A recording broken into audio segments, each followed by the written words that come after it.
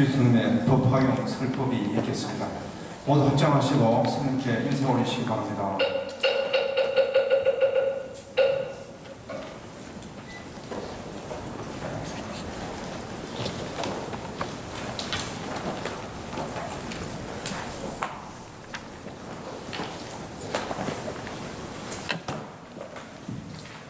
반갑습니다. 명령하세요. 공약 안 드셨어요? 네. 반갑습니다.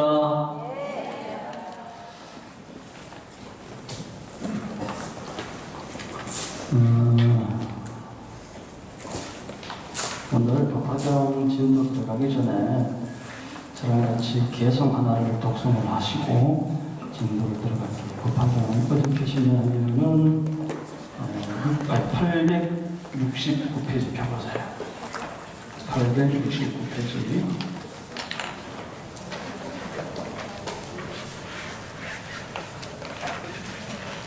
펴졌나요? 869페이지 법화경.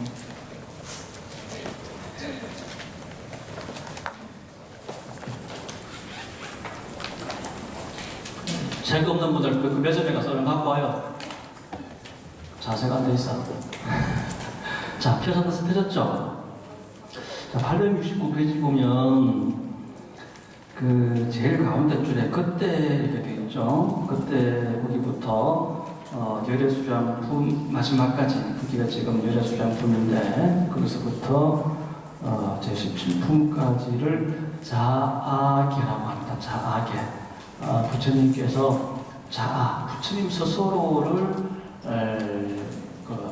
평가라기보다도 부처님 스스로에 대해서 개성으로서 이렇게 읊어놓으신 그 대목이 돼요. 그래서 법화경에서는 부처님을 어떻게 이야기하고 있는가? 부처님 스스로가 부처님에 대해서 이렇게 개성으로서 읊어놓으신 그 대목이 바로 여기에요. 그래서 이 자아계가 법화경에서 나오는 개성 중에서도 굉장히 유명하고 굉장히 중요한 대목 중에 하나입니다. 이 자아계 개성을 다른 종단, 우리 천태종 말고도 법화경을 소위 경전으로 하고 있는 다른 종단도 있는데 법화종이라든가 일승종이라든가 또 관음종이라든가 이 법화경을 소위 경전으로 하고 있는 종단이 대한민국에서 제일 많아요. 대한민국의 종단이 근 50개 가까이 됩니다. 50개 가까이 되는 종단 중에 이 법화경을 소위 경전으로 하고 있는 종단이 제일 많은데 그 중에 어떤 종단이 자아계를 법회 때마다 독송을 하고 자아계를 다 외워요. 그만큼 자아계가 법화경에서 이 부처님을 어떻게 이야기하고 있는지를 이야기하고 이야기하는 내용이라서 여러분들이 함께 이번 시간에 끝까지 독송하시는 게 아니라 한 중간점까지 함께 독송하시도록 할게요.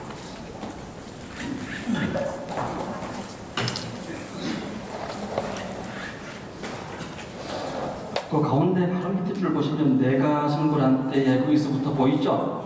네, 거기서부터 같이 합성어로 소리를 내서 해야 됩니다. 아셨죠? 꼭 소리를 내서. 법화경 공부는 꼭 소리를 내야만 그 효음이 있고 여음이 있어요. 꼭 소리를 내서 내 주위 사람들한테 들리게 하고 지난번 시간에 얘기했지만 이 법화경 법화림에는 항상 수많은 천룡팔부가 이 자리에 이 도량에 강림하시게 돼 있어요. 그래서 이 천룡팔부에게 이 법화경을 들려주면은 나에게도 복이 되고 남에게도 복이 되는 자리이타가 되는 그런 훌륭한 독송이 됩니다. 내가 거기서부터 같이 읽을게요.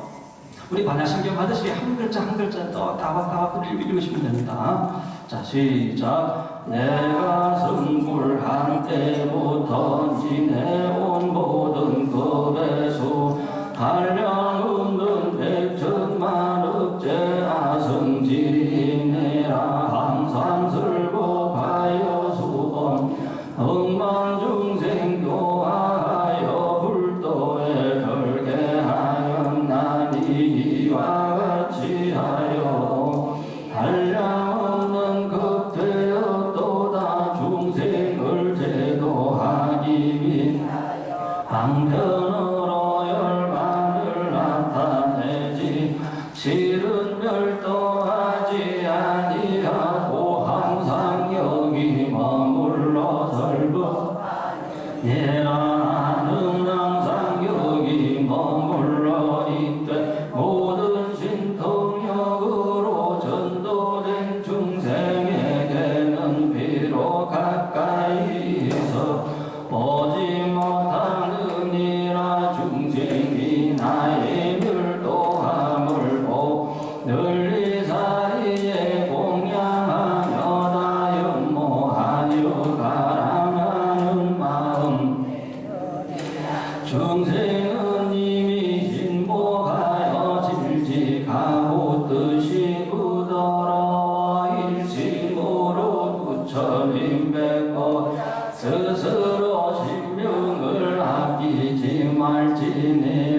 아니 때 나와 승마와 함께 영지선에 나타 내가 중생에게 말하기를 항상 여기 서멸하지 아니하는 방편여으로 멸과 불멸이 있음을 나타 하느니라. 다른 세계 중생이 공경하고 믿고 절린 이가 있으면 나는 또 그곳에 구상법을 설하. 그만 너희는 이를 듣지 못하.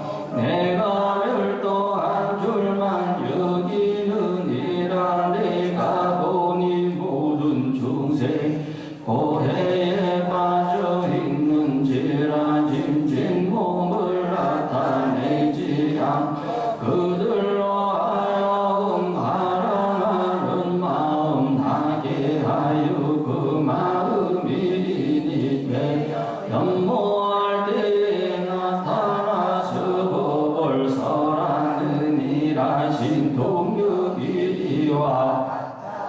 아승지급의 항성은 지상과 다른 모든 곳에 머무느니 중생 눈에는 법이 다하여 큰 불이 세계를 태울 때 나의 국토는 안온하고 천인이 항상 가득하느니 원림과 모든 당과 음악까지 보배로 장문되고 보배나무에는 꽃과 가시 중생이 즐거이 놀고 싶네. 모든 하늘에 하늘 북을 치고 온갖 기약을 연주하 만다라고 내려 부처님과 대중 위에 흩으래. 나의 정토는 흘리지 않건만은 중생 눈에는 불에 근심과 공포와 괴로움이 가득 찬 듯이 보이느니라. 저 마지막 대목 한번 보세요. 나의 정토는 걸리지 않건만. 부처님의 세계는 뭐 만들어지는 것도 아니고 흘려지는 것도 아닙니다. 이 시방세계가 그래요. 이 시방세계가 본래부터 안온하고 이 시방세계가 본래부터 불국토예요. 부처님 입장에서는 그렇단 말이에요. 그러나 중생 입장에서는 중생 눈에는 극락도 있고 지옥도 있고 좋은 것도 있고 나쁜 것도 있고 그래요. 나의 정토는 흘리지 않건만은 중생 눈에는 불에 타서 그렇죠. 오타각생 거예요. 중생 눈에는 불에 타서 근심과 공포와 괴로움이 가득 찬 듯이 보이느니라. 근데 이런 말씀은 지금 여기 와서 하시는 거예요. 법화경에 와서 이런 말씀을 하시고 법화경 이전에는 암경이나 이런 곳에서는 나의 정토는 흘리지 않건만은 하는 이 법신의 개념으로서는 얘기를 전혀 언급을 안 하십니다. 그야말로 중생 입장에서 중생 눈높이에서 너희들의 세계 이 세상은 다 고통의 세계고 사바세계이니라 라는 이 고통의 세계라는 것만 계속 말씀을 하셔요. 그리고 그 고통을 끊기 위해서 고집멸도라고 하는 사성제를 부처님께서는 설해 주신 겁니다. 그래서 성문성과 영각성과 보살성이라고 하는 이 상성은 결국은 고통을 끊기 위한 거고 일불성은 부처되는 길이에요. 여러분들 다른 것은 몰라도 성문, 영각, 보살이라고 하는 이 상승의 개념은 여러분들이 분명히 가지고 가셔야 이 법화경 전체가 이해가 되기 쉽습니다. 회삼귀일 할 때 회삼승귀일승을 얘기하는 거거든요. 삼승이 뭐라고요? 성문, 영각, 보살이 돼요. 성문, 영각, 보살이고 일승은 뭡니까? 불승, 회삼귀일. 이 삼승은 사성제 8정도를 통해서 생사를 극복하는 겁니다. 삼성의 가르침은 성문, 영각, 보살의 가르침은 생사를 극복하는 거예요. 일부성은 가르치면 뭐예요? 일체 삼남만상이 원래 전부터인 줄 깨닫는 거예요. 부처되는 거예요. 부처되는 거. 자, 오늘 이 법화경에 대한 지난번에 설명에 이어서 좀 보충을 다시 좀 하도록 하겠습니다. 가능하면 오늘 법화경에 대해서는 좀 마치고 다음 시간에는 반야심경을 한번 한 뒤에 7월달부터 법화경 본진도를 나갈 겁니다. 그렇다 하더라도 이 법화경 책을 항상 가져오세요. 저랑 늘 조금씩이라도 독송할 거니까 늘 가져오시기 바랍니다. 지난번 배운 거 잠깐 복습 한번 해보실까요? 10페이지 58도 도표를 한번 보십시오. 자, 교상판석을 줄여서 교판이다. 부처님의 팔만대장경을 시기별로나 또 내용별로 이렇게 분류한 것을 교상판석이라고 그래요. 이 책 안 받으신 분 뒤에 달라고 그러세요. 뒤에 들어오는 입구에 이 책 있습니다. 뒤에 달라고 하세요. 들어오는 입구에 이 책 있습니다. 달라고 하세요. 자, 교상판석 10페이지 오시를 보시면 화음, 암, 방등, 반야, 법화열방 이렇게 5시로 나뉜다 그랬죠. 그렇죠? 자, 화음시는 어디에서 쓰러진다고요? 오리수나무 밑에서 부처님께서 깨닫자 말자 자내정 스스로 깨달은 그 내용을 있는 그대로 다 감 없이 방편이나 비유가 전혀 없이 있는 그대로를 드러내신 겁니다. 그래서 중생들은 방편과 비유가 없으면 알아듣지를 못하죠. 있는 그대로를 드러내기 때문에 일반 중생들은 알아듣지를 못해요. 그래서 이 화엄시는, 그래서 화엄경을 읽어보시면 부처님의 불세계를 다 펼쳐놓으신 경이에요. 그래서 일반 중생들은 화엄경을 이해하기 쉽지가 않습니다. 부처님의 불세계를, 그 장엄한 세계를 그대로 펼쳐놓은 경전이 화엄경입니다. 일반 중생들에게 경기별로 제일 먼저 설법한 경전은 화엄경이 아니고 뭐라 그랬죠? 암경부터 시작되죠. 그죠? 그래서 암시에 암경 유가 있어요. 장암, 중암, 정암, 장차과암 등이 암시에 해당이 되고 아이들에게 가르친다. 가장 낮은 근기의 아이들한테 가르친다. 지난번에 그 외우기 쉽게 그렇게 말씀드렸죠. 그죠? 그 다음은 아이는 자기만 아는 게 아이들이에요. 하지만 어른들은 나도 알고 남을 배려하는 그런 마음이 있습니다. 그건 어른이죠. 어른이라더라도 남을 위하고 남을 배려하는 마음이 없으면 그건 애들이나 마찬가지예요. 이 방등이라고 하는 것을 보면 방등이라고 하는 의미 자체가 넓고 깊고 평등하다. 평등한 거 뭐예요? 나와 남이 평등한 거예요. 그래서 나와 남을 동일시하게 보는 겁니다. 남을 배려하고 남을 위하는 마음이 이 방등에서부터 시작돼요. 그래서 방등에서부터 대성경이다라고 얘기하고 암은 암시는 소성경이다 이렇게 얘기를 합니다. 자, 방등은 그러나 완전한 대성경은 아니에요. 아직도 소성의 일부가 남아있는 그런 경이라고 보면 되고 대성의 초입에 들어서 있는 경전이다 이렇게 보면 됩니다. 그 다음에 완전한 대성경이라고 할 수 있는 반야시에 반야경이라든가 금강경 등이 있습니다. 이 반야는 공, 나도 비고 남도 비고 나와 남의 차별이 없는 분별이 없는 그 무분별의 가르침의 여기서부터 이제 본격적으로 시작이 됩니다. 본격적인 그런 대소성의 구별이 없는 그런 가르침이 돼요. 자, 여기서부터는 정말로 완전한 공을 얘기합니다. 이 암에서부터, 소성에서부터 공을 얘기하지만, 공이 완전히 무르익은 것은 바로 이 반야시에서 완전히 무르익게 되고, 이 공의 세계가 진공이 되어서 이 시방 세계에 펼쳐지는 게 이제 법화에서 이제 펼쳐지게 되는데, 이 법화경은, 어디서 설법된다고 그랬죠? 영취산. 그렇죠? 영축산에서 설법이 됩니다. 법화경만이 영축산에서 독수리 취자를 쓴다고 그랬죠. 영축산에서 설법이 되고 여기에는 나도 없고 남도 없고 소성도 없고 대성도 없는 그런 완전한 가르침이 법화경에서 설해지게 되는데 오른쪽에 팔교의 가르침을 보면 화의 사교로 돈정 비밀 부정이 있고 화법 사교로 장통별 원이 있습니다.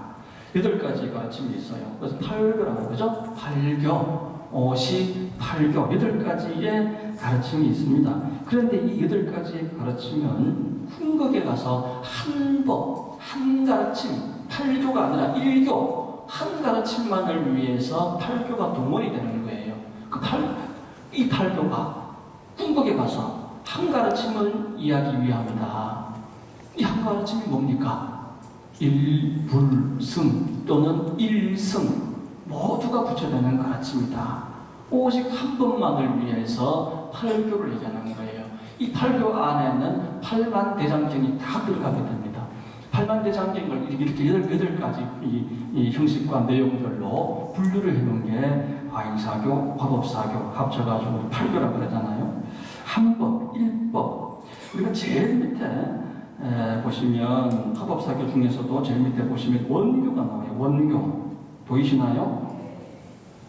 삼성 모두 포섭하여. 자, 이 원교에는 삼성이라고 하는 개념도 없습니다. 성문이다, 영감이다, 보살이다, 게 없어요. 그냥 다 불국토인 거예요. 다 부처님인 거예요. 삼성을 모두 포섭하여 원융무예함으로 원교이다. 원교라는 표현이 지금 여기 쓰여졌어요. 법화경은 원교의 가르침입니다. 법화경은. 이 앞에 있는 가르침들은 편벽된 한쪽으로 치우치신 가르침이에요. 아이들한테 가르친 가르침. 화엄경은요? 화엄경도 원교라고도 할 수는 있는데 완전한 원교는 아니에요. 왜냐하면 보살들에게 치우친 가르침이에요. 대보살들만 이해할 수 있는 자격증에 있는 가르침을 그대로 드러내는 게 원교라고 했죠. 그렇죠? 그래서 원교는 일체 중생, 모든 중생들이 알아들을 수 있는 가르침이 아니라 한쪽에 치우쳐져 있는 가르침이라서 완전한 원교라고는 사실은 할 수가 없어요. 근데 법화경은 아이들부터 어른들까지 누구나에게 해당되는 가르침이에요. 그래서 법화경만이 완전한 원교고 원융무예다. 자, 법화경의 가르침을 원교라고 하였습니다. 법화경의 가르침만이 원교라고 합니다. 한쪽에 치우치지 않는 원만한 가르침이고, 법화경의 진리는 뭐라 그러냐면은 묘라 그래요. 묘. 법화경에서는 진리를 그냥 묘라 그래요. 진리라고 하면 여러분들은 속에 있잖아요. 우리가 막 진리다 하면 진리 아닌 것도 있다라는 생각을 하게 돼요. 삿된 것이 있다라는 생각을 하게 됩니다. 중생들은. 그렇죠? 그래서 최대한 그런 것들을 방지하기 위해서 짜낸 게 묘라고 하는 단어입니다. 묘라고 하는 단어. 묘라고 하는 글자. 원래는 단어와, 그러니까 말과 글자에 부처님 진리를 담을 수가 없어요. 말과 글로서 표현할 수가 없죠. 그러나 부득이하게 어쩔 수 없이 굳이 이 부처님의 이 원교를 한마디로 얘기할 때 무엇으로 얘기할 것인가 라고 했을 때 묘할 묘자를 어쩔 수 없이 쓰십니다. 묘할 묘자를. 그래서 부처님의 가르침은 원교라고 얘기하지만 부처님의 진리는 원묘라고 얘기할 수 있어요.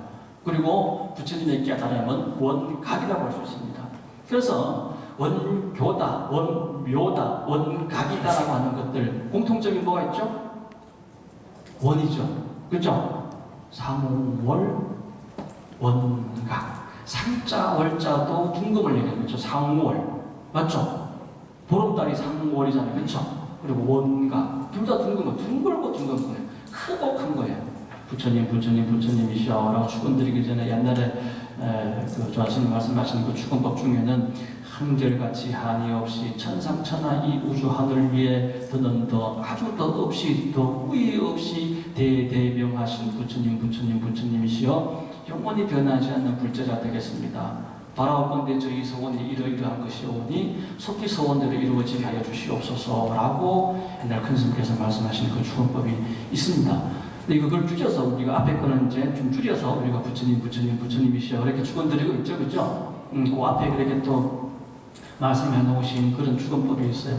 그냥 대명이 아니라 견줄 바가 없는 대명이에요. 그냥 둥근 정도가 아니라 상월에다가 원각에다가 둥글고 둥근 완전한 깨달음을 의미하기 때문에 그것을 원각이다, 원묘다, 뭐 이렇게 얘기를 하고, 이 원이라고 하는 것이 아까 말씀드린 대로 한 법입니다.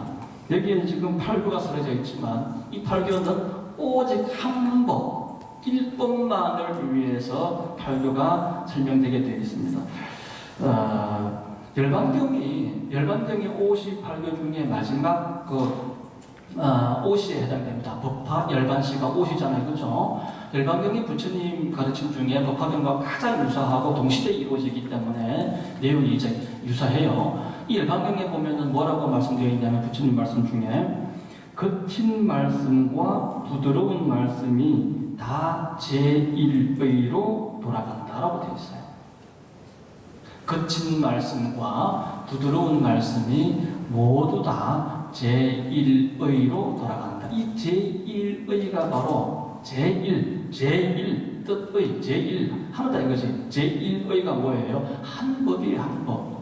그러니까 열반경에서 말씀하시고 있는 내용하고 법화경에서 말씀하시고 있는 내용하고 똑같죠? 그래서 58교에서 마지막 오시로 법화경과 열반경을 하나를 이렇게 묶는 겁니다. 부처님의 84,000가지 법문은 결국은 제1의 한 법으로 돌아간다. 원교로 돌아간다. 원교. 원만한 가르침. 원만한 진리. 원묘라고 그러죠. 원교, 원묘. 원각. 올바른 깨달음, 완전한 깨달음, 원각. 그래서 천태에서 얘기할 때, 우리 천태법화에서는 항상 모든 진리를 얘기하고 깨달음을 얘기할 때는 원자가 동원이 됩니다. 좌선 법화와 같은 원자가 동원이 되게 돼 있어요. 여기는 원한 게 없어요. 한쪽으로 치우친 게 아니라 보살들만을 위한 가르침이다, 아이들만을 위한 가르침이다, 그게 아니에요. 일체 중생을 모두를 위한 가르침이고 일체 중생 모두가 한 법, 오로지 부처되는 법, 그것으로 규일이 된다라고 하는 게 법화경의 대의가 되겠습니다. 시간에 58교에 대한 얘기를 이렇게 말씀을 드렸고, 한 장 더 넘겨서 12페이지 한번 펴보시면 법화경의 구조가 28품으로 이렇게 나누어져 있는데 28품을 양분할 수 있습니다. 무엇과 무엇이죠? 정문과 본문으로 나뉘어져, 그죠? 왼쪽에 있는 게 정문이고 오른쪽에 있는 게 본문입니다. 정문은 1품부터 14품까지고 본문은 15품부터 28품이에요. 적이라고 하는 그 한문은 자취적자예요. 자취, 그림자다. 자취다, 그림자다라고 하는 것은 근본, 본래의 모습을 얘기하는 건 아닙니다. 내 육체가 여기 있으면 햇빛 밑에 서면 그림자가 있죠, 그죠? 그죠? 그림자는 진실이 아니에요. 그렇죠? 맞죠, 그죠? 나는 여기 있잖아요. 내 그림자일 뿐이지 그림자가 진실은 아니라고. 그런데 진실은 보기 힘들어. 여러분들이 두 눈을 이렇게 뜨고 하늘을 쳐다서 태양을 제대로 볼 수 있어요? 없죠? 그렇죠? 그래서 달의 본 모습을 보기 힘들고 해의 본 모습을 보기 힘들기 때문에 물속에 비친, 호수에 비친 달을 우리가 보게 됩니다. 그렇죠? 그래서 그 호수에 비친 달 또는 그 그림자는 방편을 얘기하는 거예요. 방편. 진실은 얘기해봐야 모르니까 방편을 먼저 얘기하게 됩니다. 그 정문이라고 하는 것은 방편의 가르침이에요. 그래서 요 1품부터 14품까지는 방편과 진실에 대한 얘기가 계속 나옵니다. 방편에 대한 얘기, 진실에 대한 얘기. 1품부터 14품까지의 가르침을 우리가 한마디로 얘기하면은 개권현실이다. 개권현실이다라고 얘기를 하고, 요건 제가 좀 이따 다시 한번 설명드릴게요. 그리고 본문 15품부터 28품까지의 가르침, 이때 방편을 넘어서 이제는 고개를 쳐들고 하늘을 쳐다볼 수 있습니다. 진실을 볼 수 있게 됐어요. 선글라스를 안 껴도 하늘을 볼 수가 있습니다. 이때는 방편이 필요 없어요. 방편이 필요 없어요. 이때는. 왜? 경기가 다 성숙이 됐어. 그래서 더 이상의 방편이 필요 없는 자리가 바로 이 본문이죠. 근본의 부처님. 여기에서는 근본의 부처님. 다시 말해서 법신불이 됩니다. 우리 삼신불 얘기 들어보셨어요?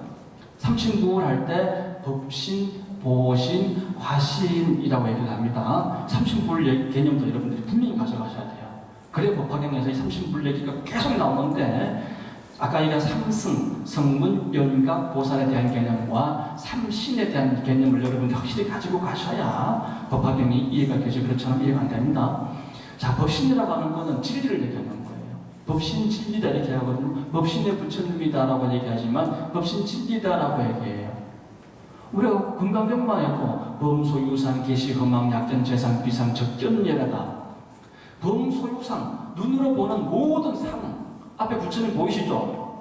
그죠? 가운데 큰 부처님, 양쪽 옆에 좀 작은 보살님 다 보이시죠? 눈으로 보이는 부처님은 계시 허망이다. 이게 허망한 거야, 이게. 여러분들 부처님 앞에서 상병 올리고 시두검 올리고 다 하시지만 눈으로 보이는 것은 모든 것은 허망한 것이고 약견재상, 비상, 적견재다. 모든 상이 아님을 관하면 진짜 부처님을 볼 수 있다. 인연을 관하는 자는, 인연법을 아는 자는 부처님을 보는 것이고 부처님을 본 자는, 여러분들 부처님 뵙고 싶죠? 그렇죠? 부처님 칭견하고 싶잖아요. 부처님을 보고자 하는 자는 진리를 보는 자다 했어요. 진리와 부처는 동급이에요. 같은 개념이에요. 진리와 부처님은 같은 급이라 동급이에요. 같은 개념이에요. 근데 중생들은 구체적으로 뭔가 봐야 믿고 들어야 믿으니까 형상으로서 모습을 놔둬요. 그게 뭐냐면 보신. 형상으로 중생들에게 모습을 놔둔 부처님을 뭐라 그런다고요? 보신이라고. 보인다. 그렇게 이해하시면 돼요. 아셨죠? 네, 중생들 눈에 보여주는 부처님이 보신입니다. 구체적으로 어떻게 보여주시냐면은 팔상성도로 보여주십니다. 대부분의 사찰에 가시면 부처님께서 도설레이상부터 비람강생상부터 사문유강상 저 설산수도상 그리고 수화항마상, 녹원적법상, 쌍림열반상 이렇게까지 팔상성도 그림이 이렇게 그려져 있는 거 보이시죠? 그죠? 사찰 벽화에 대부분의 사찰에 가면 다 있어요. 대부분의 사찰에 가시면 부처님의 일대기가 그림 벽화로 쭉 이렇게 천상천하 유한독존하면서 그림이 그려져 있고 또 코끼리를 타고 이렇게 하늘에서 내려오는 모습도 그려져 있고 설법하는 모습도 그려져 있잖아요. 그죠? 이게 몇 개냐면 8개. 8개입니다. 그래서 팔상, 8가지 모습으로 성도를 보이셨다. 그래서 팔상성도라고 얘기를 해요. 팔상성도로 중생들에게 보여주신 거예요. 중생들에게 보여주시기 위해서 그런 거예요. 그런 과정은 너희들도 이와 같은 과정을 거쳐라. 진짜 부처님은 그렇게 보여주는 게 아니에요. 돕신의 부처님은 보고 아는 것도 아니고 듣고 아는 것도 아니에요. 그냥 여여할 뿐이요. 여여할 뿐이지 보고 듣고 하는 개념도 초월한 자리거든요. 그래서 형상이 있어야 우리가 보고 듣는 것이지 모든 상, 제상이 비상이면 적견예르라 그랬잖아요. 그 자리는 완전한 자리는 보고 알고 듣고 아는 자리가 아니라는 거예요. 여러분들은 아직 중생이기 때문에 이 자리에 오셔서 스님 설법 듣고 보고 하기 위해서 이 자리에 오셨지만 진짜 진리는 봐서 알고 듣고 들어서 아는 그런 자리가 아닙니다. 자, 이렇게 법신의 개념에서 제 중생들을 위해서 법신이 중생들에게 몸을 놔둡니다. 보여주십니다. 이게 보신이에요. 그리고 화신의 개념이 또 있죠. 법신, 보신, 화신. 화신은 뭐예요? 천백억 화신이라. 천백억 화신. 대표적으로 관세음보살님 같은 경우는 33응신이 있어요. 들어보셨죠? 그죠? 33개의 모습이 쭉 있습니다. 관문사에 가도 옥불전에 가면 33분의 부처님이 옥불로 이렇게 조각이 되어 있죠. 앞에 옥불 옆에 보면 33분의 하얀 또 관세음보살님이 있습니다. 관문사 가보셨죠? 그죠? 네, 그거 가보세요. 꼭 가보세요. 가보면 한 배고 관세음보살님 옆에 33분의 관세음보살님이 또 이렇게 쭉 작업이 되어 있어요. 누구시지? 이러면 안 됩니다. 다 알고 계시겠지만 이미 다 알고 계시겠지만 다시 한번 말씀드리면 33분의 응화신이 있는 거예요. 그리고 구체적으로 얘기드리면 다시 한번 말씀드리면 1000배가 화신이에요. 1000배가 화신이지만 대표적으로 33개의 모습으로 이렇게 드러내는 겁니다. 1000배가 화신. 부처님은 모양과 형상으로 특정 지을 수 없어요. 하나의 이름으로 특정 지을 수가 없어요. 그렇기 때문에 1000배가 화신으로 나타날 수가 있는 겁니다. 부처님은 이것이 부처다라고 한마디로 얘기할 수가 없어요. 그렇기 때문에 1000배가 화신으로 나타날 수 있는 거예요.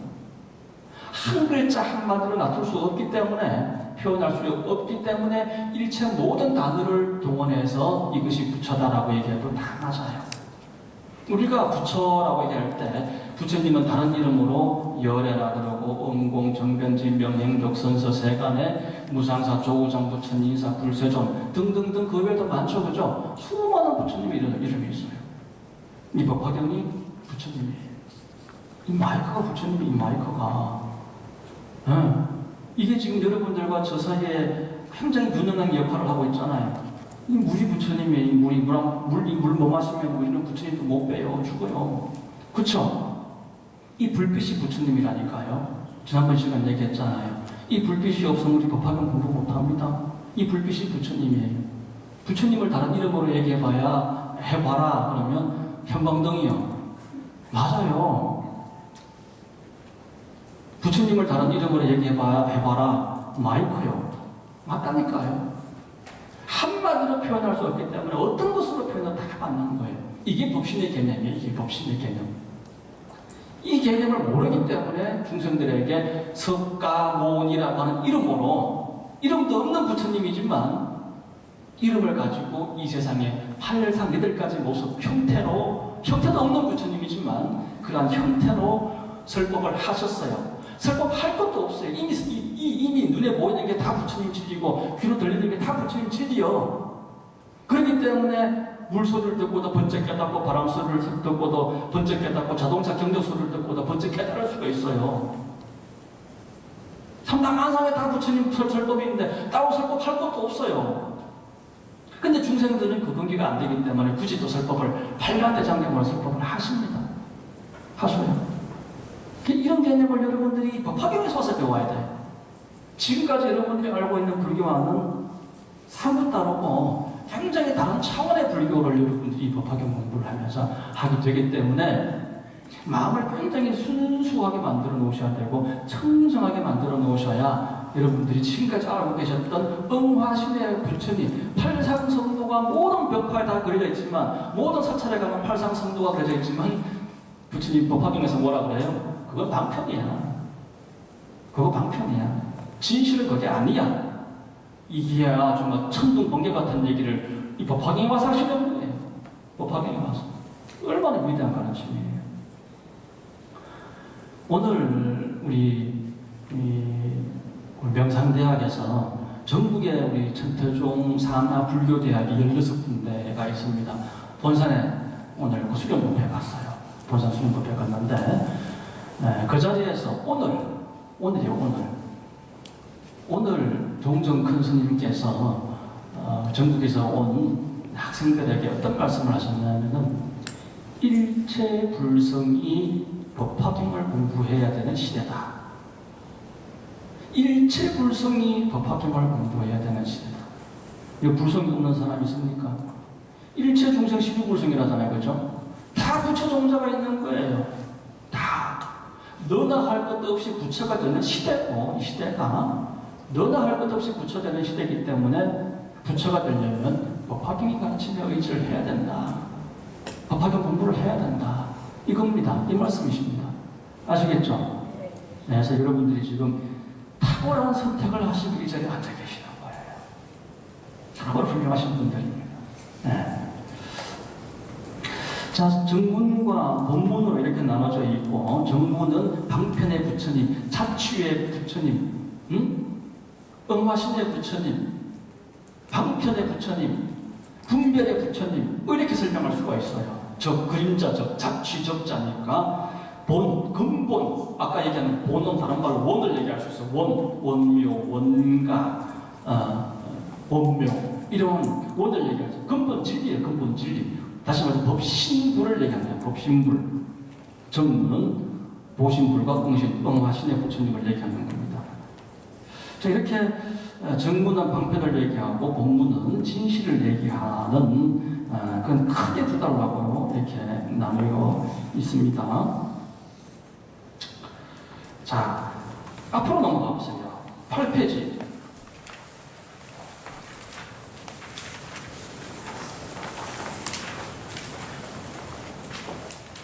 법화경이란 어떤 경전인가?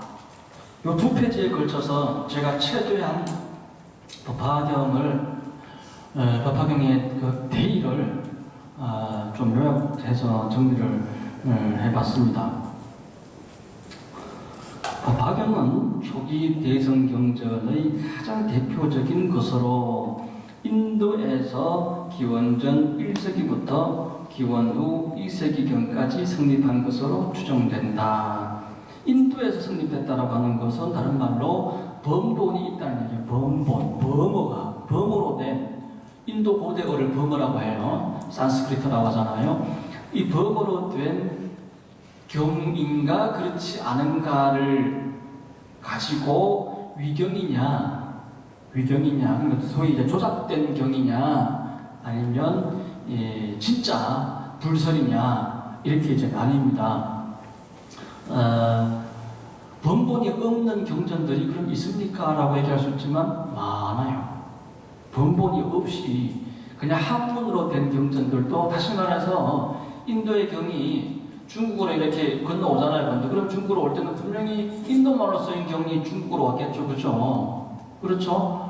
그런데 중국에 와서 이 큰 스님네들이 부처님 공부를 이렇게 하다가 자기 나름대로의 부처님의 경을 이렇게 다시 자기 입장에서 저수를 합니다. 자기 입장에서 저수를 하는 그런 큰 스님네들이 등장하게 됩니다. 여러분들이 잘 아시는 부모원중경 있죠? 부모원중경, 우리 백중대 부모원중경 스님들이 슬픔 많이 하시잖아요. 이 부모원중경은 위경이에요. 번본이 없습니다. 중국에서 만들어진 경이에요. 그리고 또 여러분들 또 옛날 우리 할머니네들이 천지팔량신주경이라 들어보셨죠? 그런 경도 위경이에요. 번본이 없습니다. 번본, 그러니까 산스크리트로 된 인도어로 된 경이 있느냐 없느냐에 따라서 위경이냐 그렇지 않느냐 이렇게 나뉩니다. 여기 사실은 학자들한테는, 불교를 공부하는 사람들한테는 굉장히 중요한 기준이 되는 거거든요. 그래서 어쨌든 이 법화경은 번본이 온전히 있는 그런 경전입니다. 법화경에는 세 종의 한문 번역이 현존하지만 이 번본을 들여와가지고 한문으로 번역을 하는데 가장 대표적인 게 세 종류가 있어요. 이 세 종류 중에서 구마라집 번역의 묘법 연화경이 가장 유행하였다.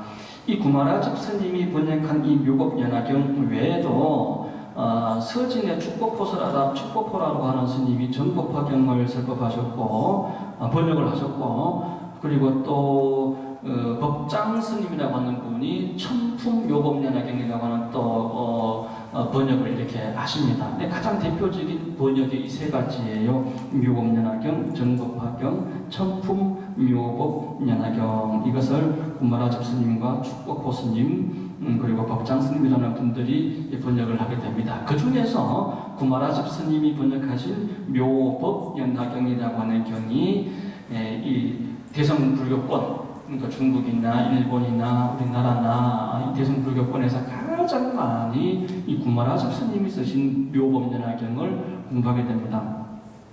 축법포 스님이 쓰신 전법화경이라든가 법장 스님이 쓰신 이 천품묘법연화경 같은 경우는 문체가 좀 서툴고 좀 딱딱하고 부드럽지 못한 그런 번역이나 문체가 있어요. 그래서 일반인들이 가장 알아듣기 쉽고 부드러운 문체로 된 게 바로 우리가 지금 배우고 있는, 여러분들 지금 다 경전 가지고 계시는 이 책은 구마라집 스님이 번역을 하신 묘법연화경이 되겠습니다. 자, 그 다음 두 번째 단락. 법화경은 부처님이 생전 45년간의 설법 중에, 지금 오늘날의 학자들은 45년이라고 했지만 지난번 시간에 천태대사께서는 그 1400년 전 그 시절에는 50년의 설법으로 알고 계셨어요. 그 시대, 1400년 전의 시대는. 지금은 다양한 학자들이 연구 끝에 45년이라고 이렇게 통일이 되어 있습니다. 45년간의 전법 중에 열반에 드시기 전 8년 동안 설법하시는 경우로 부처님 최후의 말씀이며, 부처님께서 중생에게 진실로 하고 싶은 말씀을 아껴 놓으셨다가 마지막에 하시는 유언과도 같은 말씀이다. 보리수나무 아래에서 깨달음을 얻으신 뒤 지금까지 설한 가르침, 49년 동안 설하신 모든 가르침이 성문, 연각, 보사기라고 하는 세 단계의 금기수행자를 위한 세 종류의 가르침은 방편의 가르침으로 자, 45년 동안 설법하신 가르침, 모든 가르침, 이게 법화경을 제외하고 성문의 가르침, 영각의 가르침, 이 보살의 가르침, 이 세 종류의 가르침이 45년 동안 설법이 되게 됩니다. 그런데 이 성문, 영각, 보살의 가르침이 다 방편이다라고 얘기하세요. 팔만대장경이 방편이에요. 진실이 아니래요. 팔만대장경이 방편이라니까. 진실이 아니라니까. 이 진실은 법화경에 왔어야 팔만대장경이 한 줄로 쭉 꿰어지면서 팔만대장경 일체가 원료가 돼버려요. 하여튼 차차차차 계속 말씀을 드리겠습니다만, 자, 성문의 가르침은 말씀 나온 김에 간략하게 다시 한번 말씀드리면, 성문, 연각, 보살 세 종류 근기의 수행자들이 있습니다. 지난번 말씀드린 대로 성문은 듣는 것을 좋아하고 듣기만을 좋아하는 제일 낮은 근기의 수행자들이라 보면 되겠고, 연각은 스스로 원력을 세우고 스스로 발심을 하는 인연이 있는 이 수행자들입니다. 그래서 연각이다 이렇게 얘기를 하고, 마지막 이제 보살도를 다 닦아야 부처가 되는 거예요. 성문의 법, 영각의 법, 보살의 법을 닦아야 돼요. 그러면 성문의 가르침은 뭐냐? 성문의 핵심 가르침은 뭐냐라고 했을 때 사제 생멸법이다 이렇게 얘기해요. 이건 기억해 놓으세요. 성문, 영각, 보살. 성문에게 해당되는 가르침이 뭐라고요? 사제 생멸법, 사성제 8정도의 가르침입니다. 생과 멸이 있어요. 자, 서두에 제가 뭐라 말씀을 드렸죠? 삼성, 성문과 영각과 보살은 생사를 해결하기 위한 가르침이었다라는 말씀을 제가 서두에 말씀을 드렸습니다. 더 이상 나아가지를 못해요. 나의 생사를 해결하는 법이 성문, 영각, 보살의 가르침이에요. 근데 진정한 대승, 이 대보살의 경지에 가면 그때부터는 나가 아니라 일체 중생을 다 제도하는, 일체 중생과 함께 더불어 성불하는 그 가르침으로 이제 나아가게 되는 거예요. 자, 성문은 사제 생별의 가르침, 사제 생별법이다. 그 다음에 연각은 뭐냐면은 12연기법이다라고 합니다. 다른 말로 12인연법이다라고 얘기를 해요. 반드시 기억해 놓으세요. 이거 꼭 기억해 놓으셔야 돼요. 연각의 가르침이 뭐라고요? 자, 영각의 가르침, 영각의 제도법은 부처님께서 영각을 제도하시는 제도법은 12인연법입니다. 성문, 영각 다음에 뭐죠? 보살이 남았죠? 보살의 가르침은, 보살의 제도법은 뭐냐 하면 육바라밀입니다. 자, 성문의 제도법은 뭐라 그랬죠? 사제 생멸법. 영각의 제도법은, 보살의 제도법은 육바라밀. 그렇습니다. 이 성문의 가르침이 뭐냐, 영각의 가르침이 뭐냐, 보살의 가르침이 뭐냐라고 했을 때는 여기 바로 나와야 돼요. 이제는 이것만 딱 빼고 있으면 굉장히 아까 말씀드린 삼신의 개념과 제가 말씀드린 성문, 영각, 보살의 가르침만 제대로 이해하시면 법화경이 굉장히 수월해져요. 공부하시기가. 이 개념만 여러분들이 간단하게 어렵지 않습니다. 머리로도 외워놓으세요. 일단은. 근데 뭐 내용을 속 깊이 다 모르시더라도 머릿속으로라도 기억해 놓으시면 됩니다. 자, 세 종류의 가르침, 사제 생멸법, 12인연법, 육바라밀법. 이 세 종류의 가르침은 방편의 가르침으로 중생이 집착심이 심해 어쩔 수 없이 건기별로 성숙시키기 위한 방편설법을 펼 수밖에 없었으며, 자, 실제는 모든 중생이 평등하게, 평등. 실상은 평등한 겁니다. 원만한 겁니다. 평등하게 성불할 수 있는 유일한 불승, 즉 일불승 또는 불승 이렇게 얘기하죠. 유일한 불승, 유일, 오직 한 번만 있다 그랬잖아요. 그죠?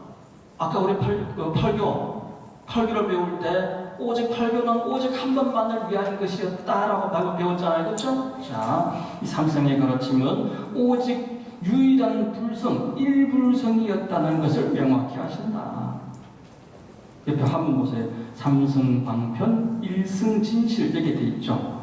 삼성, 성문, 영각, 보살의 가르침은 다 방편이었다. 삼성은 고진멸도, 고진멸도를 해결하는 데 있습니다. 고통을 해결하는 거예요. 생사의 고통을 해결하는 것이 삼성의 가르침이다. 요거 명확히 기억하셔요. 생사의 고통을 해결하는 가르침이 바로 팔만대장경의 대부분의 가르침이에요. 성문영각보살의 가르침이 생사의 고통을 해결하는 겁니다. 삼성은 고진멸도의 실현이 그 본질로 합니다. 생사의 해결을 그 본질로 하는 것이 삼성의 가르침입니다. 일불성은 생사를 이미 초월한 거예요. 성문영각 보살 단계만 올라가도 생사를 초월한 단계입니다, 여러분들. 이미 생사는 삼성에서 초월합니다. 삼성에서 생사는 초월해요. 보살은 생사를 초월해가지고 이 불성이 일체 중생이 부처되는 가르침이다 이거예요. 자, 그 다음 법화경은 크게 두 가지의 가르침으로 나눌 수 있는데 객원현실과 구원실성이다. 객원현실은 아까 정문과 법문으로 법화경을 크게 두 이제 단원으로 나눴는데 정문의 가르침을 한마디로 얘기하면 객원현실이라고 했습니다. 그리고 법문의 가르침을 한마디로 얘기하면 구원실성입니다. 그래서 여러분들이 앞으로 저랑 계속 배우실 내용은 뭐냐면 객원현실의 가르침과 구원실성의 가르침 이 두 가지를 앞으로 계속 배울 거예요. 객원현실과 구원실성의 가르침 이 두 가지를 여러분들이 계속해서 반복해서 저와 같이 공부할 겁니다. 했던 얘기 또 하고 했던 얘기 또 할 거예요. 했던 얘기 아무리 또 해도 여러분들은 다 모릅니다. 저 역시 마찬가지고. 객원현실의 권, 객원현실의 권은 방편을 말합니다. 즉 방편을 열어서 진실을 나타낸다는 뜻이다. 이렇게 되어 있죠. 방편, 객원현실. 그러니까 정문을 열어서 법문을 보이는 겁니다. 객원현실은 정문의 가르침이라고 그랬습니다. 그렇죠? 객원현실은 정문의 가르침이고 구원실성은 본문의 가르침이죠. 그래서 객원현실은 방편을 얘기하는 거고 구원실성은 진실을 얘기하는 거예요. 방편을 열어서 진실을 보인다. 그리고 또 객원현실 안에도 보면 뒤에 현실은 진실을 얘기하는 거고 객원은 또 방편을 얘기하는 거예요. 객원현실 안에서도 이렇게 방편과 진실로 나눌 수 있습니다. 권이다라고 하는 표현은 뭐라고요? 방편.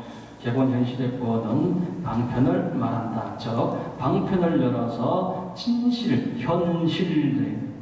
현실, 진실을 드러낸다라고 하는 의미가 현실이잖아요. 그죠? 방편을 열어서 진실을 나타낸다. 진실을 드러낸다는 뜻이다. 객원현실의 대략적인 의미는 알겠죠?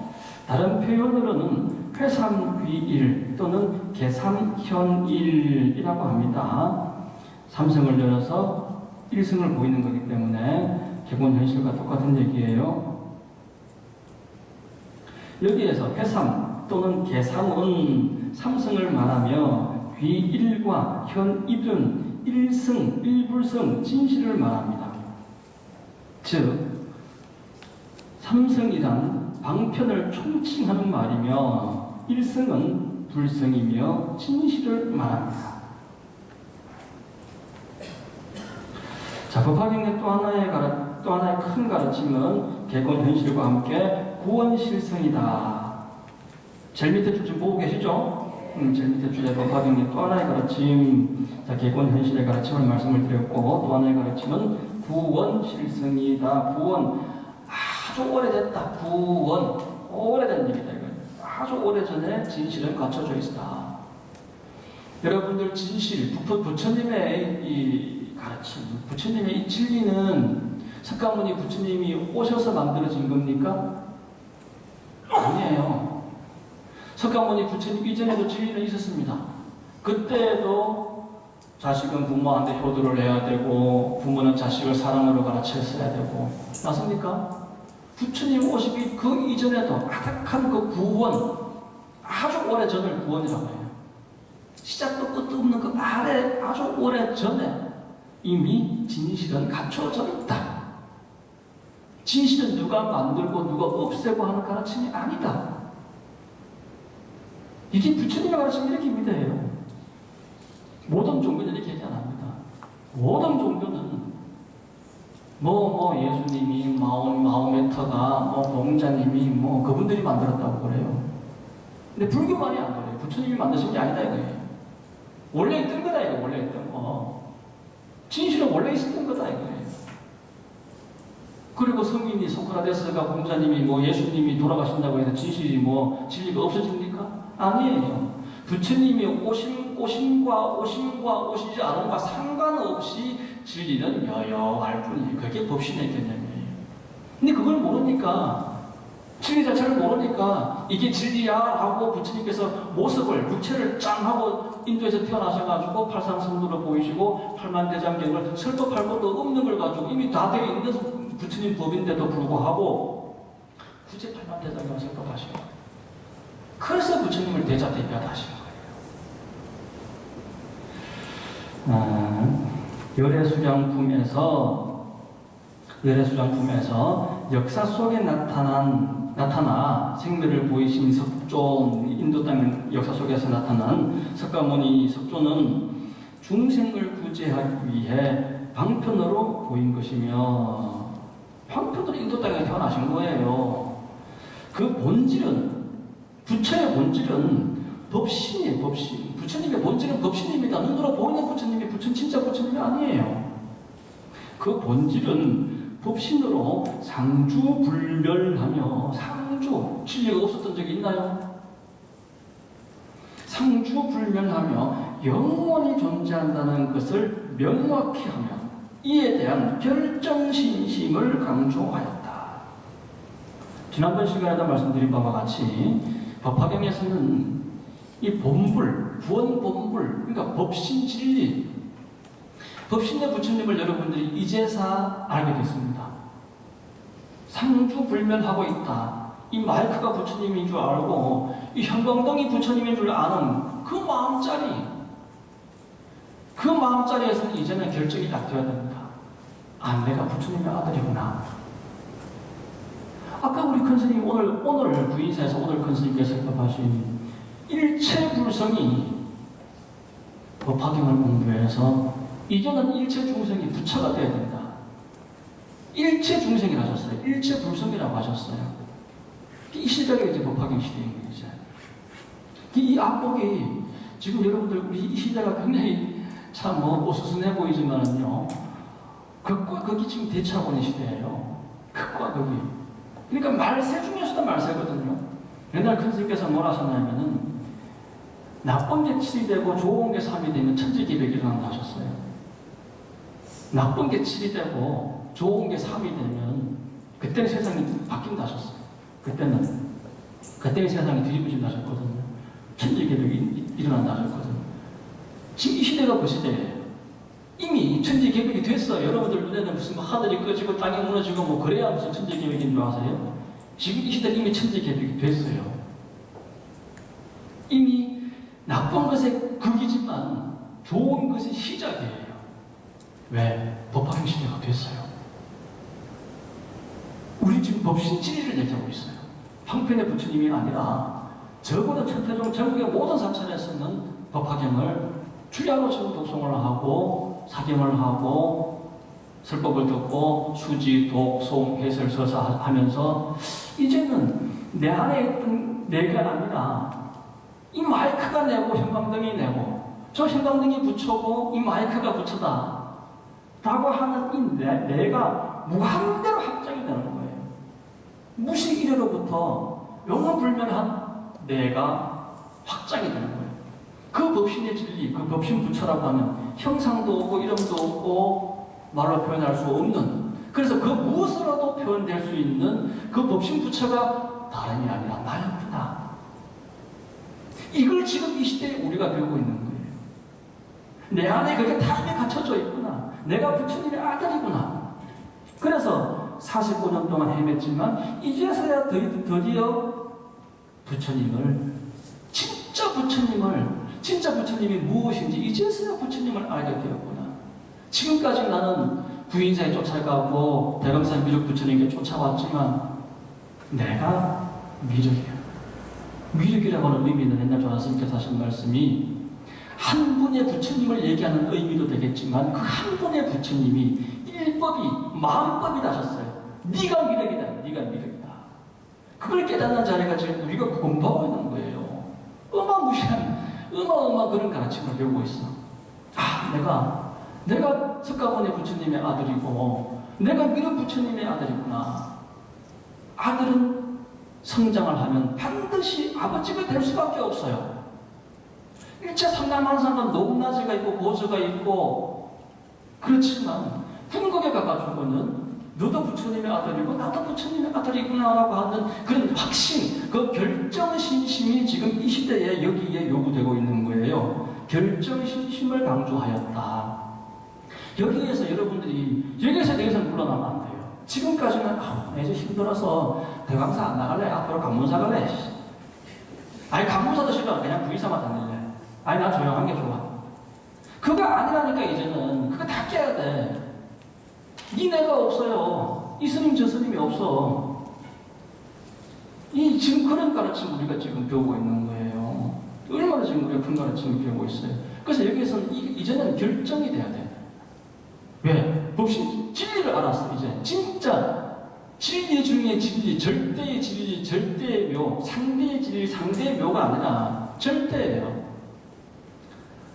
한결같이 한이 없이 천상천하 이 우주 하늘 위에 더는 더 아주 더 우위 없이 우위 없이 대대명하신 부처님이시기 더 이상 없어요. 더는 더 아주 더 우위 없이 대대명하신 미륵 부처님이시여. 미륵이여. 미륵 보전에 모셔진 미륵이 아니란 말이에요. 여러분들이 미륵이고 이 눈에 보이는 것이 모든 것이 미륵이고 귀로 들리는 그 모든 것이 미륵이며 아득한 과거에서부터 영원불멸한 미래까지 그 모두가 미륵이다. 이걸 우리가 지금 배우고 있는 공부, 이 공부를 하고 있어요. 얼마나 큰 공부예요, 이 공부가. 이걸 지금 아셨잖아요, 그죠? 여기에서 이제 더 이상 틀어지면 안 돼. 여기에서 더 이상 어른이, 그러니, 니니, 내니 이런 소리 하면 그건 결정신심이 아니에요. 그건 결정신심이 아니에요.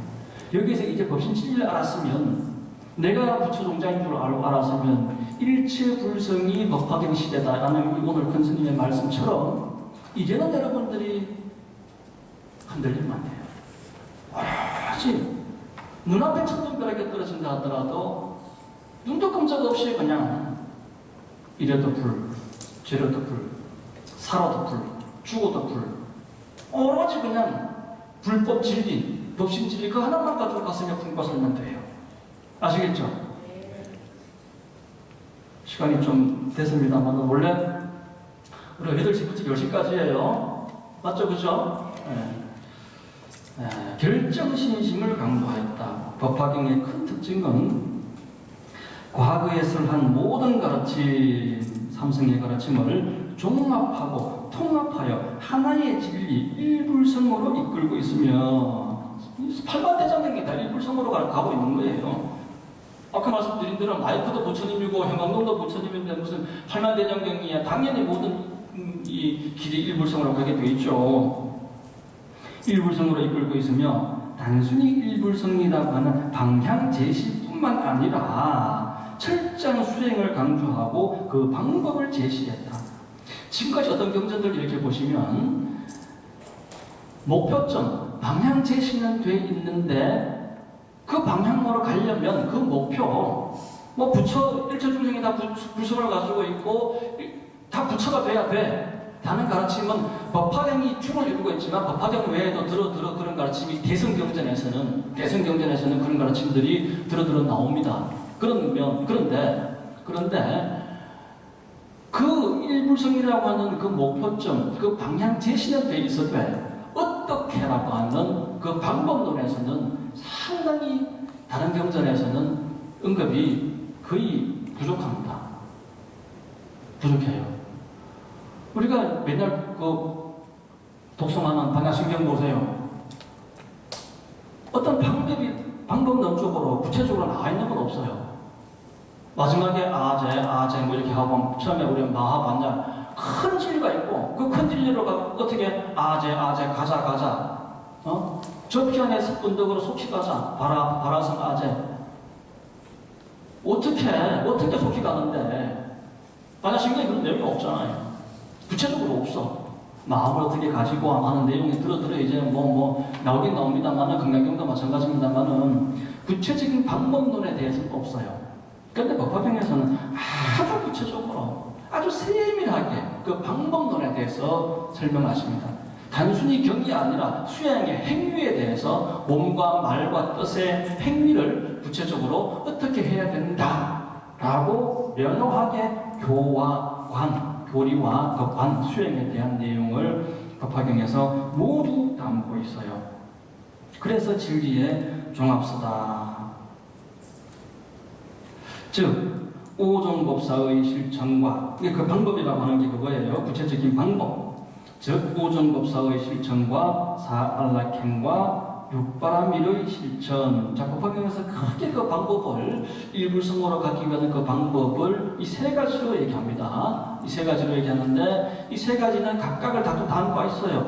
사안락행에는 오종법사와 육바라밀이 있고 육바라밀 안에는 오종법사 사안락행이 있고 오종법사 안에도 사안락행과 육바라밀이 있습니다. 보살행을 통해 가능하며 이와 같은 모든 수행은 육근청정의 결과, 육근청정의 과보를 이룹니다. 사안락행, 오종법사, 육바라밀을 실천을 하면 뭘 이루어요? 육근청정이에요. 여러분들이 법화경을 오늘처럼 이렇게 수지하고 스님과 함께 독성하고 이와 같은 공덕으로 육근이 청정해져요. 그래서 보지 못한 걸 보게 되고 듣지 못한 걸 듣게 돼요. 생각지도 못한 것들이 생각이 납니다. 앞으로 그렇게 되어 있어요. 육근 청정의 공덕을 이루어 일불성에 도달한다. 육신통을 육근 청정이 되면 육신통이 일어나는 거예요. 천안통, 신족통, 타신통 뭐. 그래서 일불성 부처가 된다. 이거 부처가 된다. 이와 같이 법화경은 교와 관에 대한 종합질서이며 부처님 가르침의 최종 결과물이다. 부처님 가르침의 최종 결과물이다. 내가 썼지만 너무 잘 썼어. 표현이 기가 막히네.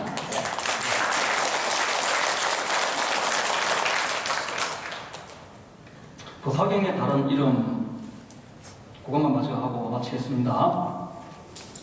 세친 이게 이 불교 역사상 가장 큰 인물을 뽑으라면 불교 역사상 가장 큰 인물을 세 분을 뽑아봐라 그러면 인도의 용수.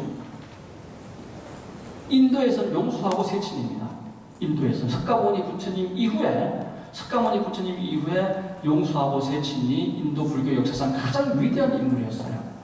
그래서 이 용수존자, 용수 또는 용수보살이라고 해요. 이분은 기원전 한 2세기 경인 분이신데 이분은 반야다, 공이다 이러한 부처님의 팔만대장경을 집대성을 해서 공중도 우리가 이제 공가중삼자라고 하는 거예요. 천태대사께서 완벽하게 다 드러내셨지만 사실 공가중에 대한 이론을 제일 처음 시작하신 분은 용수보살이에요. 용수보살님이 공과 가와 중에 대한 응급을 하십니다. 하시고 이것을 완벽하게 체계를 세우고 집대성하신 분이 천태대사시거든요.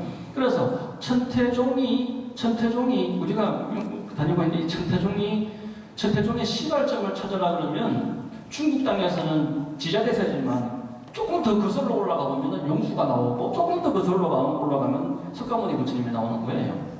석가모니 부처님 뒤에 용수보살 뒤에 지자대사 이렇게 됩니다. 아셨죠? 인도의 용수 그리고 인도의 세친, 인도에서는 두 분, 특히 이제 세친보다는 용수존자, 용수보살을 일본어로 칩니다. 중국에서는 어떻느냐?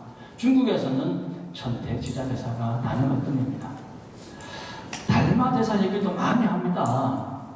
지금 이제 다른 종단에서는 달마대사를 어떤 면에서 석가모니 참 부처님과 동격시할 정도로 우리가 추앙을 하고 있습니다만은 달마대사의 흔적은 사실 거의 없어요. 그리고 이 선종의 역사가 왜곡이 되었다라고 하는 얘기는 여러분들이 많이 들으셨을 거예요. 인도 학자, 특히 일본 학자들 중에서 우리가 유학을 가면요, 불교를 배우기 위해서 유학을 가면 어딜 가는 줄 아세요? 일본을 가야 돼요. 인도도 아니고 티베트도 아니고 중국도 아니고 일본에 가야만. 일본에는 수많은 그런 해를 수 없는 참 뭐 불교 학자들이 다양한 반야 하나만 가지고 공 하나만 가지고 법화경 하나만 가지고도 수천 편 수만 편의 논문이 나와 있습니다. 우리나라 학자들이 무슨 논문을 만들려고 이렇게 논문 제목을 만들어 놓으면 똑같은 논문 제목이 이미 일본에 다 있어요. 그 정도로 일본은 아주 불교 학문의 정점에, 학문으로는 정점에 가 있습니다. 근데 일본에서는 달마 대사 자체를 인정 안 해요. 일본에서. 그렇게 학문을 깊게 연구를 해보니까 선종의 역사가 많이 왜곡이 되어 있고, 달마 대사 자체도 실존 인물일까? 아닐 수도 있겠다라는 얘기를 많이 합니다. 천태대사께서는 역사가 명확해요. 그 천태대사의 스승, 그 위에 또 스승, 해군, 해사, 천태, 그 천태의 일대기가 송고서전이나 이런 그 옛날 중국 고서의 천태대사 일대기가 막 그대로 생각하게 나와 있고, 천태대사가 직접 쓰신 책이 지금까지도 10종 이상의 내용입니다. 그런데 달마대사는 한 권의 경전도 한 권의 저술도 안 남겼어요. 단 한 권의 저술도 없습니다. 그래서 언제 태어났다가 언제 돌아가셨는지, 언제 중국에 오셔가지고 언제 또 인도로 가셨는지 흔적도 지금 대략이지 이게 명확한 건 아니에요. 동시대에 거의 몇십 년 차이, 한 3, 40년 차이 납니다. 이 지자대사하고 달마대사가 먼저죠. 거의 동시대입니다. 520년, 550년 뭐 그때 동시대에 살았던 두 분임에도 불구하고 달마대사하고 천태대사는 명확한 그 존재에 대한 그 의미 부여가 명확합니다. 지금 이제 세친 얘기하다가 얘기가 좀 옆으로 샜습니다만, 그래서 인도의 명수 세친, 그리고 중국의 천태, 우리나라에서는 원효대사를 다른 어둠으로 꼽죠. 세친의 법화경론이라고 하는 주석서 상권에 기술된 17가지 법화경의 이명은, 자, 첫 번째 뭐죠? 무량의경, 의미가 무량하다 이거예요. 한마디로 부처님 법을 설명할 수가 없어요. 무량의경. 또 최승수다라 이렇게 되어 있죠. 최승수다라는 경을 얘기합니다. 수다라는 경이에요. 사다라마 푼다리카 수다라. 법화경의 본래 이름이 사드다라마. 사드는 묘고 다라마는 법이에요. 푼다리카는 100년을 의미하고 수다라는 경을 얘기하죠. 이건 다음에 다시 한번 설명을 드리겠습니다만은 수다라라고 하는 의미는 경을 얘기하는 겁니다. 최성의 경, 최고의 경이다. 최성을 다른 말로 무등이라고 해요. 무등. 법화산에 무등제가 있다고 그랬죠, 옆에. 그죠? 네. 그 다음에 대방광경. 부처님의 이 광명이 무량하다 이거죠. 이 대방광경. 교보살법. 성분이 바로 부처 안 됩니다. 명각이 바로 부처 안 돼요. 부처되는 존재는 누군지 아세요? 보살만의 부처가 돼요. 보살만 부처 됩니다, 여러분들. 성문이 해야 될 법을, 명각이 해야 될 도리를 다 해야 보살이 되고, 보살이 해야 될 도리, 보살의 저도법이 뭐라 그랬죠? 육바라밀이라고 그랬죠. 육바라밀을 다 해야만 부처가 되는 겁니다. 그래서 교보살법, 불소혼연, 이 법화경이 어디에 있든지 간에 법화경이 있는 자리, 법화경을 독송하고 수지하고 해설하고 서사하는 그 자리에는 부처님께서 반드시 호언하신다 라고 법화경에 되어 있죠. 그래서 불소혼연, 일체재불 비밀법, 워낙 비밀스러운 것이라서 일체재불이 함부로 드러내 보이지 않습니다. 일체재불 비밀지장, 감출장장, 감춰놔요. 일반 중생들에게는 보여줘야 보일 수도 없고 보여줘도 알지 못하는 거예요. 일체재물 비밀처 능생일체재불경. 일체재불은 반드시 법화경만은 꼭 쓰래요. 반드시 법화경만은. 법화경을 통해서 부처가 되기 때문에 반드시 일체재불은 법화경만은 꼭 쓰게 되겠습니다. 일체재불지도량. 일체재불 소전법륜. 일체재불은 반드시 이 법륜을 법화경이라고 하는 법륜을 풀리게 되어 있다. 일체재불 경고사리, 일체재불 대교 방편경 설 일승경 제1의 한법 제1의 주 묘법연합 최상법문. 자, 여러분들 보세요. 우리가 경을 보려면은요, 경 내용을 보기 전에 경명을 먼저 보면 경의 성격과 내용을 알 수가 있습니다. 근데 여기 나와 있는 17개를 보면 모든 게 최고고 최승이고, 그죠? 최고의 진실한 부처님의 가르침을 표현하기 위해서 이 17개의 이름이 이렇게 7개만 있는 게 아주 다양한 이름이 있으면 좋겠죠. 워낙 부처님의 정점의 가르침이시기 때문에 그렇습니다. 오늘 여기까지 하고, 법화경에 되어 있는 이 정도로 하시고요. 다음 시간에는 제가 반야심경을 좀 여러분들께 요 책에 나와 있죠? 한 장 앞으로 넘어가면 반야심경이 있는데, 반야심경에 대한 내용을 여러분들께, 사실은 여러분들이 반야심경을 먼저 알아야 돼요. 공을 알아야 돼요.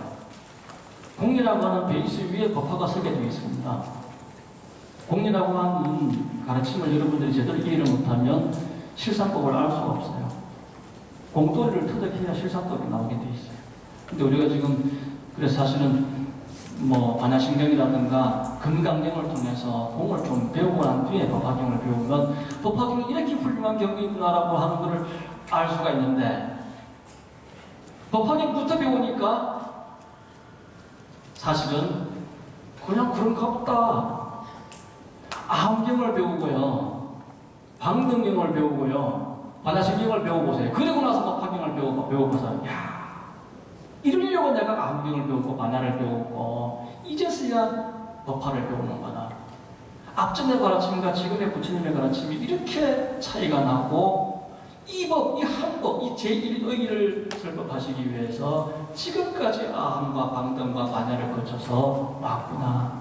45년을 그렇게 해오셨구나라고 하는 것을 더 뼈저리게 아실 수 있는데, 여러분들은 막 엄청 건기가 성숙하셔가지고 건너뛰고 하셔가지고 대번에 그냥 법화경까지 와버리셨어요. 어쨌든 다음 시간에는 반야심경의 얘기를 대한 얘기를 하겠습니다. 근데 대광산은요, 우리는 이 대광산은 이제 보니까 코리안 타임이 너무 아주 심해. 전기법회 때도 그렇고 이 법화리 때도 보니까 코리안 타임이 너무 심해요. 시간을 정확하게 좀 살림살고 설거지 다 하고 오시기가 힘드세요? 좀 늦출까요? 지난번 법회 시간에 말씀드리니까 뭐 긴가민가 하셔가지고, 오늘 우리 법화경 공부하시는 여러분들만 계시니까 다시 한번 제가 여쭤볼게요. 뒤에 녹음만 있습니다. 자, 8시에서 8시 반으로 옮겼으면 좋겠다. 8시 반이었으면 차라리 더 낫겠다. 그래서 설거지도 하고 밥도 차려주고 오는 게 되게 좋겠다. 그냥 8시에 했으면 좋겠다. 근데 안 쉬려면 똑같아요. 지난번 법회 때도 똑같더니만 오늘도 똑같네. 스님 8시 반이라도 코리안 타임일걸요. 근데 오늘도 보니까 다 10분 정도는 지각을 다 해. 자, 어쨌든 뭐 계속 그대로 일단은 계속 갑니다. 자, 이상으로 오늘 법회 시간 마치겠습니다.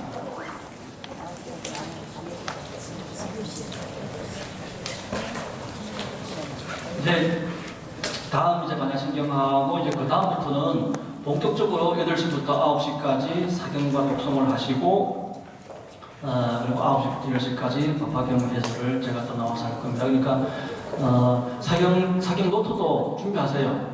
아셨죠? 그 한 글자 한 글자 써 내려가는 그 공덕이, 그 정성과 그 집중력이 대단합니다. 대단해요. 일단 시작만이라도 해보세요. 언제 끝날지 모릅니다. 여러분들 관세음보살 기도하는 게 언제 끝날 것 같아요? 이번 생에 끝날 것 같아요? 다음 생, 그 다음 생, 또 그 다음 생 가야 돼요. 한 생에 성불하는 게 쉽지 않습니다. 사경도 그냥 뭐 내가 언제 다 할 수 있을까라고 하는 그런 걱정보다는 일단은 내가 이 기회에 내가 말씀을 내서 오존 법사를 다 실천해보자. 수지, 독송, 해설, 서사를 다 실천해보자라고 하는 그런 의미로 8시부터 10시까지로 정해지니까 이 시대에 법화경은 선택이 아닙니다. 필수입니다. 열심히 공부하세요. 사무관. 오늘 또 귀한 법화경을 개략적으로 우리 설법해 주신 주지스님께 감사의 큰 박수 드립니다. 모두 이 자리에서 일어나시기 바랍니다. 끝으로 다 함께 동음으로 사홍선을